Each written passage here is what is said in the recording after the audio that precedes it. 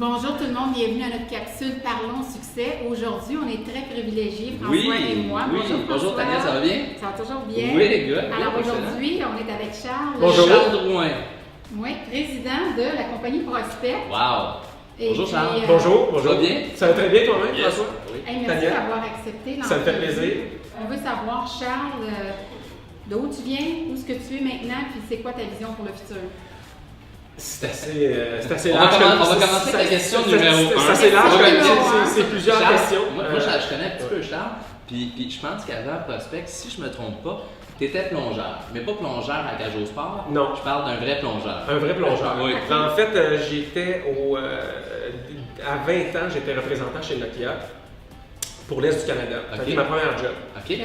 Puis après ça, j'ai travaillé chez Rogers, qui était Cantel à l'époque. Cantel, OK. Et à 27 ans, j'ai eu la piqûre de la plongée sous-marine. J'avais pas d'enfant, je n'étais pas marié. C'est le temps de faire mon Des trip. bons vieux temps. Ouais.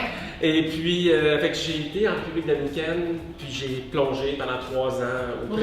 presque 3 ans à être Ah, mais prof de c'est plongée. intéressant, ça veut dire que tu as vraiment quitté J'ai tout quitté. pour faire ce que tu avais envie de faire. Exact. Wow. C'est que j'ai fait ça. Vivre sa passion. Puis vivre ma passion, Ouais. c'est ça. J'étais encore passionné de plongée. Ceux qui Ouais. me suivent sur Facebook. Sauf que tu es Absolument. revenu. Comment? Sauf que tu es revenu de Je la suis République revenu. dominicaine. Je suis revenu de la République dominicaine pour plusieurs raisons, mais une de ces raisons-là, c'est que mon père avait parti Prospect en 96.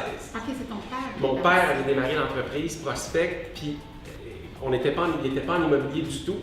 Mais les bureaux étaient ici à l'île des Sœurs, Ok. à côté de la CIGM, et c'est ça, on a su ça juste dans le C'était un addon. bien après, là, tu sais. Mais mon père avait parti cette compagnie-là parce qu'à l'époque, il n'y avait pas de logiciel de force de vente en français. C'était des logiciels de vente OK. anglais. OK. Mon père, qui était à Saint-Georges-en-Beauce, Oui. avait une équipe de vente pour son entreprise. OK. Puis il voulait se faire un logiciel en français parce qu'il croyait, il savait, il était très visionnaire. Il savait que les représentants, le métier de vente est en train de changer. Oui. Ouais. Tu sais, avant, tu avais les vendeurs porte à porte, là, puis c'était, j'aime pas le mot, mais un peu peddler, puis tandis que puis la vente, c'est le métier de représentant est devenu vraiment un métier beaucoup mieux organisé, professionnel. Oui. Il y a eu Le suivi. il y a eu un shift dans l'industrie, pas juste l'immobilier, là, je Ouais. parle des représentants en Ouais. général. Donc, lui, son timing était excellent, il a parti Prospect. Malheureusement, ça n'a pas fonctionné. Pour toutes sortes de raisons, il y a eu le crash des technos Ouais. en 2000, puis tout ça, ça a tout foiré. Et moi, j'étais revenu en vacances de la République, puis il prend un petit verre de vin, il me raconte son histoire, puis je dis écoute, moi je suis un peu tanné de plonger. Je connaissais les poissons, tu sais, je les reconnaissais tellement que j'avais plongé souvent. Fait que là, tu as décidé de replonger Fait que dans la j'ai replongé dans la vente, j'ai dit regarde, j'ai plein de contacts à Montréal, je vais m'essayer, puis on va voir ce que ça va donner. Mais il avait fait faillite, là, la compagnie était fermée. Là. OK. Fait que moi j'ai juste repris le code source, puis on a été cogné à quelques portes, Ok. puis À ce moment-là, avais-tu l'idée de te diriger vers l'immobilier? pas du tout. OK. Là, on va voir les entreprises à Montréal que je connaissais back in my days de Cantel. Ouais. Puis tout le monde voulait qu'on personnalise le logiciel. Mais Ok. là, on n'avait pas d'argent, il n'y avait plus de programmeur, il n'y avait rien. Là. Il y avait juste moi. Là. OK. Alors là, tout le monde voulait qu'on personnalise, fait que ça marchait pas, on ne pouvait pas le faire, on ne pouvait pas le livrer. Là. Fait Ok. qu'on ne pouvait pas faire de vente. Fait que là, j'ai appelé mon père, j'ai dit écoute, si tu veux la même chance qu'on a de réussir, c'est si on personnalise pour un gros groupe. OK. Fait que là, j'ai dit, regarde, moi je connais l'immobilier, les assurances, les vendeurs d'automobiles. Tu sais qu'il y en a beaucoup, là. Puis que si on ça. personnalise, ça devrait s'appliquer à tout le Exact. monde. Vrai, oui, oui. Fait que c'est un vertical. Dans le fond, c'est un vertical. Fait qu'on moi, je connaissais quelqu'un qui connaissait quelqu'un qui était un courtier immobilier chez Remax dans le temps, à l'époque. J'ai appelé Marc-André Pilon, il est venu nous voir, puis il nous a un peu expliqué ce que les courtiers avaient besoin. On a personnalisé comme on pouvait le logiciel. Puis ça a été la première version qui est sortie en mai 2000. Et là, ça a vraiment marché parce qu'il n'y avait rien en français. Ça a marché, mais ça n'a pas marché longtemps. Parce que Ok. les courtiers n'étaient pas prêts encore. On Ok. était trop en avance sur notre temps. Et là, il s'est passé, là tu sais, l'histoire dure 15 ans. Ouais.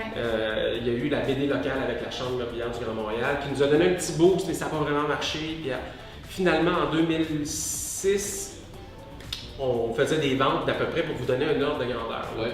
C'était à peu près 100 000 par année. Là. Moi, j'avais pas de salaire. Là. OK. En 2006? C'est ça, ça fait 7 ans que je roule la compagnie, ça fait 7 ans que j'ai pas de salaire. OK. Ou à peu près, on crève de faim. Okay. C'est pas compliqué, là, c'est ça.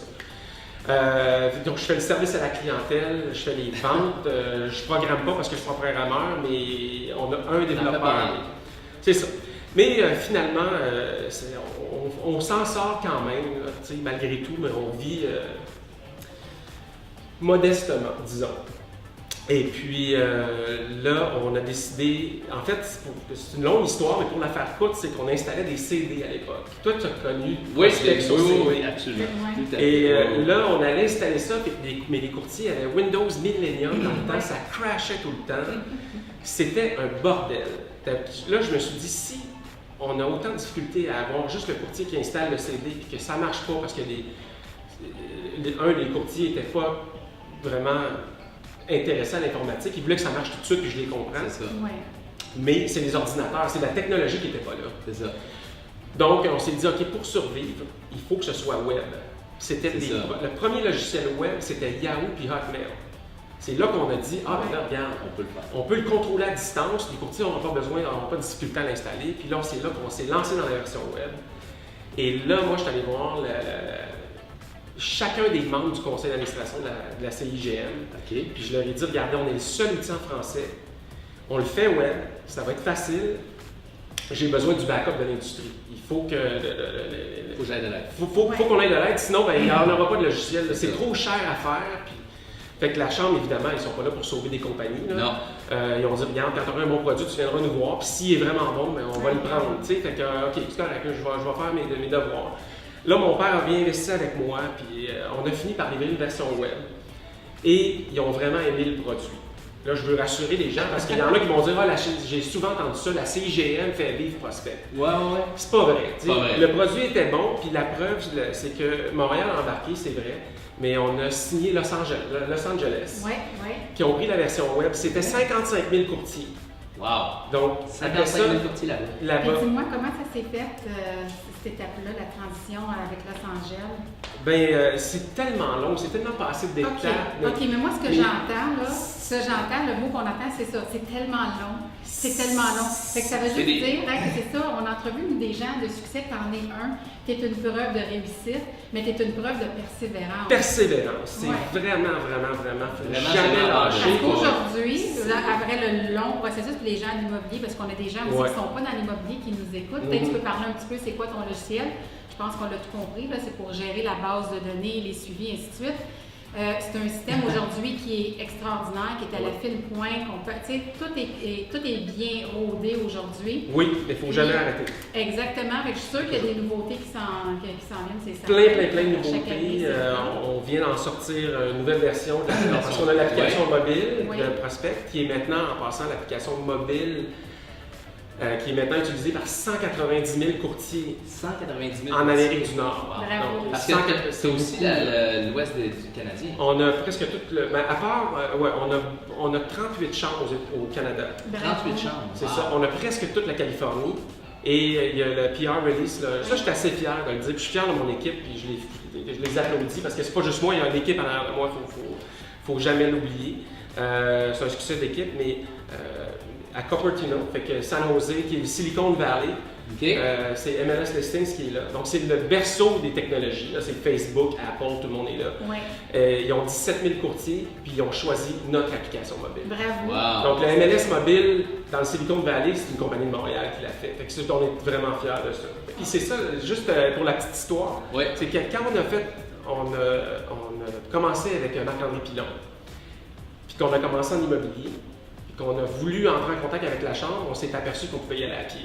C'était vraiment une coïncidence. J'ai toujours trouvé la coïncidence très drôle. Mais en fait, ta question, est-ce que tu comptes, parce que là, je vois que tu es en train de faire une grosse expansion, est-ce que tu ouvrirais peut-être d'autres divisions éventuellement? On a décidé pour l'instant, on a décidé de rester focus sur notre industrie. C'est bon. Les technologies, c'est rendu tellement compétitif. Ce qui est le plus dur en affaires, des fois, c'est de dire non. Ouais.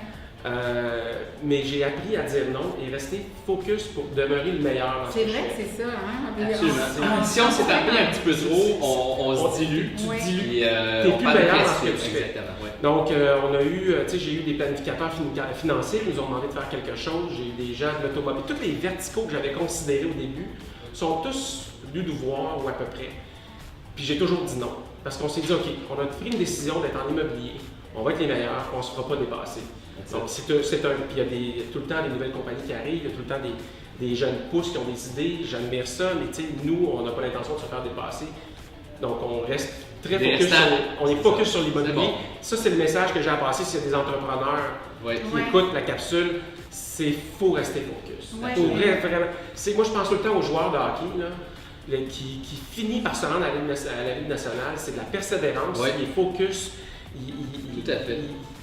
Il y a juste un but, puis c'est le réel, absolument. Oui, et après, c'est de se rendre au playoff, c'est un autre. C'est ça, oui, exact. Donc, c'est dans le fond, le message. La question pour Charles, le succès pour toi, la définition du succès. Ben, tu sais, il y a du succès dans ta vie personnelle, il y a du succès en affaires. Si on parle du succès en affaires, écoute, moi, je pense que pour moi, le succès n'est pas monétaire. OK.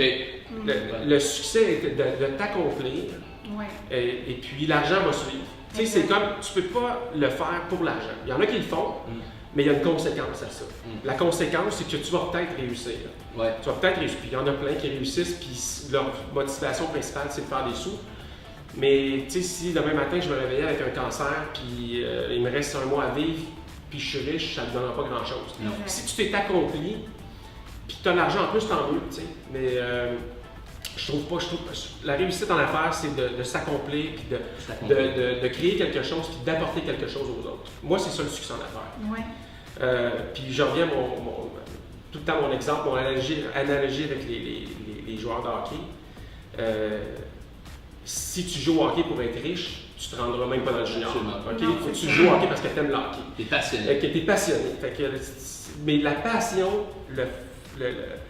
la persévérance vont souvent amener les résultats et l'argent. Le luxe ou la chance de pouvoir te payer des petits cadeaux ou de gâter ta famille. Mais tous ceux qui réussissent à haut niveau ont probablement tous à peu près la même vision que toi. On a parlé un petit peu tantôt, on a des cerveaux qui n'arrêtent pas, on a comme plein d'hamsters qui nous parlent en même temps, on a toujours des projets. Tu sais, ta compagnie est bien établie, je vois qu'ici il y a une belle vision pour le futur, mais pour toi, au niveau accomplissement personnel, ça, c'est où est-ce que tu te vois dans 5 ans? Bonne question. C'est une excellente question.